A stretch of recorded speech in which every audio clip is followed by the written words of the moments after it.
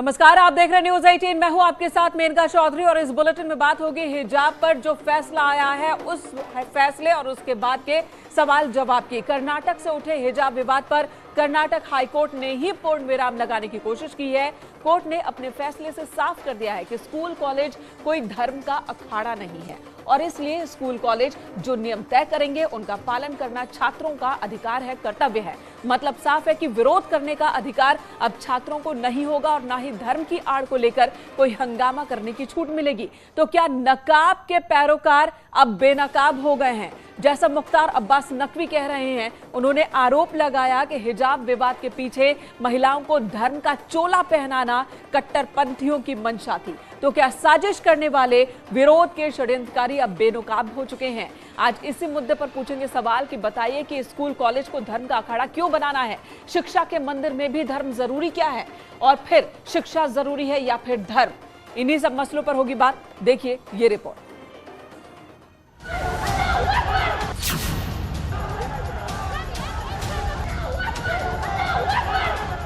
नकाब के पैरोकार बेनकाब। लोगों को जो उनकी धार्मिक चीज़ें हैं उसकी परमिशन उनको मिलनी चाहिए, क्योंकि उसमें हमारा संविधान भी इजाज़त देता है, हमारे फंडामेंटल राइट्स हैं और हमारा मजहब का हुक्म है। लिहाजा हमारा मानना यही है कि कोर्ट्स को भी संविधान के अनुसार ही काम करना चाहिए। हिजाब को लेकर के जो हॉरर हंगामा था वो किस तरह से मुस्लिम लड़कियों को फॉर्मल एजुकेशन से बाहर किया जाए और उनको तालिबानी सोच के साथ उस जगह झोंक दिया जाए जहां पर कि फॉर्मल एजुकेशन ना मिल पाए। धर्म की आड़ लेकर सियासी साजिश नाकाम। षड्यंत्र और साजिशों से भरी जिद थी वो एक्सपोज हो रही है और मैं मानता हूं कि जो कोर्ट ने डिसीजन किया है वो बिल्कुल हिंदुस्तान के कॉन्स्टिट्यूशन के हिसाब से, हिंदुस्तान और समाज के जहां संविधान के हिसाब से वहां समाज के हिसाब से भी ये बिल्कुल उपयुक्त है। नकाब के पैबंद, स्कूल कॉलेज में हिजाब बंद। इस्लाम मज़हब में हम हमारे लिए आइडियल रसूलुल्लाह की इकलौती बेटी जनाब फातिमा ज़हरा सलामुल्लाह अलैहा हैं और उन्हीं ने हमें बताया है हिजाब उनकी ज़िंदगी और उनकी सीरत हमारे लिए हुज्जत है। लिहाजा मज़हब ने, धर्म ने, हमारे मज़हब इस्लाम ने हिजाब को हमारे कंपलसरी बताया है। न्यूज 18 का खास शो, अपनी ढपली अपना राग।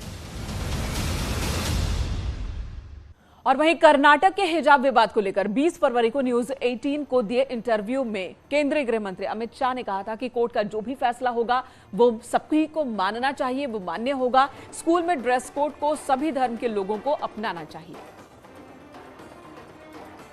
मानते हैं कि मुसलमान औरतों, लड़कियों के लिए ये हिजाब का मुद्दा जायज़ मुद्दा है? क्या रिलीजियस राइट जो हैं वो इंस्टीट्यूशंस में, मतलब स्कूल्स में, इंस्टीट्यूशंस में इनका एक प्राथमिकता होनी चाहिए, वो ओवरराइड कर सकती हैं? देखिए, मेरा व्यक्तिगत मानना है जी कि स्कूल के ड्रेस कोड को सभी धर्म के लोगों ने अपनाना चाहिए और मामला अब कोर्ट में है। कोर्ट ने अभी स्टे दिया है, कोर्ट सुनवाई कर रही है। अदालत का जो फैसला है वो सबने मानना चाहिए। देश को अल्टीमेटली संविधान के आधार पर चलाना चाहते हैं या व्यूम्स के आधार पर चलाना, वो तय करना पड़ेगा। मेरी व्यक्तिगत मान्यता तब तक ही रहती है जब अदालत फैसला नहीं करती। एक बार अदालत फैसला करती है तो फिर मुझे भी इसको स्वीकार करना चाहिए, सबने इसको स्वीकार। परंतु मैं व्यक्तिगत रूप से मानता हूं कि स्कूल के ड्रेस कोड और स्कूल के यूनिफॉर्म के हिसाब से ही सभी बच्चों ने वहां पढ़ाई लिखाई से ऊपर रखना चाहिए। तो कर्नाटक हाईकोर्ट ने साफ साफ कह दिया है कि स्कूल कॉलेज में जो ड्रेस कोड है वही पहनना होगा और उससे इनकार नहीं कर सकते छात्र। हिजाब इस्लाम का जरूरी हिस्सा नहीं है। अदालत ने यह टिप्पणी की और इस वक्त एसएन सिंह प्रवक्ता बीजेपी हमारे साथ मौजूद हैं, विजय कौशिक नेता कांग्रेस इस वक्त हमारे साथ मौजूद है और हाजी मेहरुद्दीन मुस्लिम स्कॉलर भी हमारे साथ जुड़ चुके हैं। ये जब मुद्दा आया था उत्तर प्रदेश में 5 राज्यों में चुनावी गहमा गहमी थी, खासकर उत्तर प्रदेश के परिप्रेक्ष्य में कहा गया कि इस मुद्दे को हवा दी गई है ताकि उत्तर प्रदेश में इसका लाभ मिल सके। लेकिन अब कर्नाटक हाईकोर्ट का फैसला आ चुका है और ऐसे में हाजी मेहरुद्दीन साहब आपके पास सबसे पहले आऊंगी। अगर कर्नाटक हाईकोर्ट ने यह फैसला सुना दिया तो क्या अब हम मान लें कि यह विवाद यहीं पर खत्म हो गया? अब स्कूल कॉलेज में धर्म के नाम पर हिजाब नहीं पहना जाएगा और अब ड्रेस कोड का ही पालन होगा। ये विवाद यहां खत्म हुआ, दफन हुआ, या आगे अभी और है रास्ता? देखिए, मैं आपको ये बताना चाहता हूँ, हिजाब का जो मसला है, जो कोर्ट ने जो फैसला दिया है उसको सबको मानना चाहिए। अगर किसी को इसमें भी अगर कोई विवाद है तो अभी हाई कोर्ट तक बात है, अभी सुप्रीम कोर्ट भी है, आप वहां पे भी अपनी बात रख सकते हैं। मगर देश जो है वो देश के कानून के हिसाब से और देश के संविधान के अनुसार चलेगा। मैं तो बस इतना ही कहना चाहूंगा। तो आप इस फैसले का स्वागत करते हैं? बिल्कुल बिल्कुल, हम इस फैसले का स्वागत करते हैं। विजय कौशिक जी भी हमारे साथ मौजूद हैं। जी, आपके पास लौटूंगी। विजय कौशिक जी भी हमारे साथ मौजूद हैं, कांग्रेस नेता हैं। विजय कौशिक जी, हाईकोर्ट ने तो अपना फैसला ले दिया, कपिल सिब्बल सुप्रीम कोर्ट पहुंच गए थे। हाईकोर्ट में अभी बातचीत चल ही रही थी, मसला पेंडिंग था और वो पहुंच गए थे सुप्रीम कोर्ट। तो अब फिर सुप्रीम कोर्ट जाने वाले हैं क्या इस फैसले को लेकर? हाईकोर्ट के इस फैसले का सम्मान करती है और कांग्रेस पार्टी इस मुद्दे पर शुरू से ही स्पष्ट विचारधारा अपनाए हुए है कि इस देश में जिसको भी रहना है, इस देश के संविधान की उससे पालना करनी होगी, और जिसको धार्मिक आधार पर जीना है अपने घर के अंदर जिए ना। अगर घर के बाहर आप धार्मिक आधार पर जीने की कोशिश करेंगे तो भाई इस्लाम में तो यह भी कहीं नहीं लिखा हुआ कि आप ट्रेन की यात्रा करें, हवाई जहाज की यात्रा करें या कार में यात्रा करें। उस हिसाब से तो आपको ऊंटों की सवारी करनी चाहिए। विजय कौशिक जी, ये भाषा कैसे बदल गई? माफ कीजिएगा, लेकिन ये भाषा आपकी पूरी बदली से दिख रही है। जब हिजाब का मसला आया था तो बिना सोचे समझे कांग्रेस महासचिव प्रियंका गांधी वाड्रा ने ट्वीट किया था कि ये महिलाएं चाहे वो जो पहने, बिना ये सोचे कि स्कूल कॉलेज का मसला है, एजुकेशनल इंस्टीट्यूशन का मसला है, उन्होंने इसे एक चश्मे से देखा और किसी ना किसी को उसके कह सकते हो कि उसका पक्ष लेने के लिए उन्होंने इस तरह की टिप्पणी की, बयानबाजी की और ट्वीट किया। और आज आपकी भाषा बिल्कुल बदली हुई दिख रही है। नहीं, आपने खुद ही कहा कि बिना सोचे समझे उन्होंने ट्वीट कर दिया था, उनको गुमराह कर दिया गया था, उनको ये बताया गया था कि आप कह रहे हैं कि प्रियंका गांधी वाड्रा जो कांग्रेस महासचिव हैं, जो उत्तर प्रदेश जैसे इतने बड़े प्रदेश की कांग्रेस प्रभारी हैं, उन्हें किसी ने गुमराह कर दिया था, आप ये कह रहे हैं? या फिर ये इलेक्शन के दौरान, चुनाव के दौरान फायदा लेने की एक कोशिश थी? क्या प्रियंका गांधी जी सारे काम खुद करती हैं? क्या उनकी टीम नहीं है सोशल मीडिया को लेकर या दूसरे कामों को लेकर? तो इंसान है वो, कोई कभी उन्होंने कहा हो कि वो भगवान है और कोई गलती नहीं कर सकती? विजय जी, आप एक के बाद एक ऐसे बयान दे रहे हैं ना जो शायद कांग्रेस के लिए परेशानी का सबब बन जाए। आप ऐसी बातें कर रहे हैं कि प्रियंका गांधी और तमाम नेता, तमाम लीडर, मंत्री अपनी अपनी टीम रखते हैं सोशल मीडिया हैंडल करने के लिए, लेकिन सोशल मीडिया की तरफ से वही बातें रखी जाती है जो वो नेता चाहता है, बिना उसकी मर्जी के थोड़ी कोई डाल देगा। सुनिए, मोदी जी और राहुल गांधी में एक सबसे बड़ा फर्क ये है कि राहुल गांधी जी वो बोलते हैं जो उनके दिल में होता है, जो उनकी समझ के मुताबिक देश के लिए सही है। लेकिन मोदी जी प्रॉम्प्टर के हिसाब से बोलते हैं, वो दूसरों का लिखा हुआ पढ़कर बोलते हैं। तो एक बहुत बड़ा फर्क है इस चीज में। ठीक है, आप क्या कहना चाह रहे समझ नहीं आया। मैंने तो एक सवाल किया था कि क्या कपिल सिब्बल और कांग्रेस जैसा पहले कह रही थी इस मसले को लेकर सुप्रीम कोर्ट पहुंच गए थे, आगे क्या होगा? एसएन सिंह जी भी हमारे साथ मौजूद है, बीजेपी प्रवक्ता, उनसे भी बात कर लेते हैं, फिर लौटेंगे आपके पास। एसएन सिंह जी, कर्नाटक हाईकोर्ट का फैसला आ गया है। कर्नाटक हाईकोर्ट ने साफ साफ ये बात कही है, जो लोग हिजाब के पक्ष में अपील लेकर, याचिका लेकर पहुंचे थे, उनकी टीम ये हाईकोर्ट के सामने नहीं साबित कर पाए कि हिजाब इस्लाम का एसेंशियल हिस्सा है, एसेंशियल प्रैक्टिस है, जिसके बाद कर्नाटक हाईकोर्ट ने यह फैसला दे दिया कि ड्रेस कोड का पालन करना होगा, ये एसेंशियल नहीं है। अब माने कि ये विवाद खत्म हो गया? देखिए, कर्नाटक हाईकोर्ट का जो भी फैसला आया है, सभी धर्म को उसको मानना चाहिए, उसका स्वागत करना चाहिए। देखिए, धार्मिक मान्यताओं का आधार धर्म के समय है, न कि आप कहीं जा रहे हैं। जो संस्थाएं हैं वो भी संवैधानिक दायरे में बनी हैं, जो मिनिस्ट्रियां बनी है वो भी संवैधानिक दायरे में बनी है और नियम कानून बनाती हैं। मैं एक छोटा सा एग्जाम्पल आपको दूंगा। अगर परिवहन मंत्रालय ने लेफ्ट में चलने को अनिवार्य किया तो आप राइट चलेंगे तो अव्यवस्था उत्पन्न हो जाएगी। आप देखी होंगी कई भूभाग भारत के ऐसे होते हैं जहां पे जाना मना होता है कि यहाँ सिर्फ सेना के लोग जाएंगे। आप कहें नहीं ये मेरे स्वतंत्रता के अधिकार में बाधित है, तो इससे अव्यवस्था उत्पन्न हो जाएगी। मैं कह रहा हूँ, स्कूल का अपना ड्रेस है, वकील का अपना ड्रेस है, जज का अपना ड्रेस है, पुलिस का अपना ड्रेस है। मान ले रहे कि ये विवाद खत्म हो गया, ये विवाद खत्म हुआ, ऐसा मान ले। लेकिन अभी देखिए उत्तराखंड संस्थाओं पर सवाल और देश में बवाल करने की तो हम ये आदत मानने डालनी की है। बात तो खत्म हो ऐसे गया। सवाल अभी और उत्तर बवाल- प्रदेश से एक और मसला आ गया है। वहां पर हिजाब पहनकर एक लड़की पहुंचती है और जवाब में भगवा गमछा पहनकर कुछ लड़के पहुंच जाते हैं। ये तस्वीर भी तो ठीक नहीं है। उन लड़कों को उन्हें कौन शह दे रहा है इस तरह से करने के लिए? देखिए, कुछ लोग देश की अखंडता नहीं, खंडता में विश्वास रखते हैं, उसी के लिए कार्य कर रहे हैं। न उन्हें राष्ट्र से प्रेम है, न उन्हें देश से प्रेम है, न देश के लोगों से प्रेम है। वो विदेशी और विरोधी ताकतों के नाते वही कार्य करते हैं जो हमारे विरोधी करते हैं। भारतीय जनता पार्टी ऐसा कोई कार्य नहीं करेगी जो राष्ट्र, देश, संस्था के विरोध में। पहले दिन भी आप देखे होंगे, हमने यही कहा इस संस्थाओं का आदर होना चाहिए, संस्थाएं जो नियम बनाए उसका पालन और अमीना अनुपालन शेरवानी होना जी भी चाहिए। हमारे साथ जुड़ चुकी हैं, मुस्लिम स्कॉलर हैं। अमीना जी, आपका भी स्वागत है न्यूज 18 पर।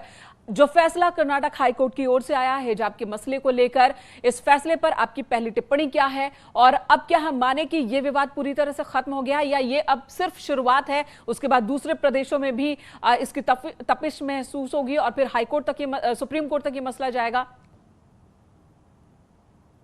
तहे दिल से खुश हूं आज के कम से कम कर्नाटका हाईकोर्ट ने तो कुरान को ठीक से समझा और अब ये साफ जाहिर हो गया है कि 3 जजों ने भी स्टडी कर लिया, वकीलों ने भी दलीलें दे दी, 10 दिन तक रोज 4-4 घंटे आर्ग्यूमेंट्स हुए।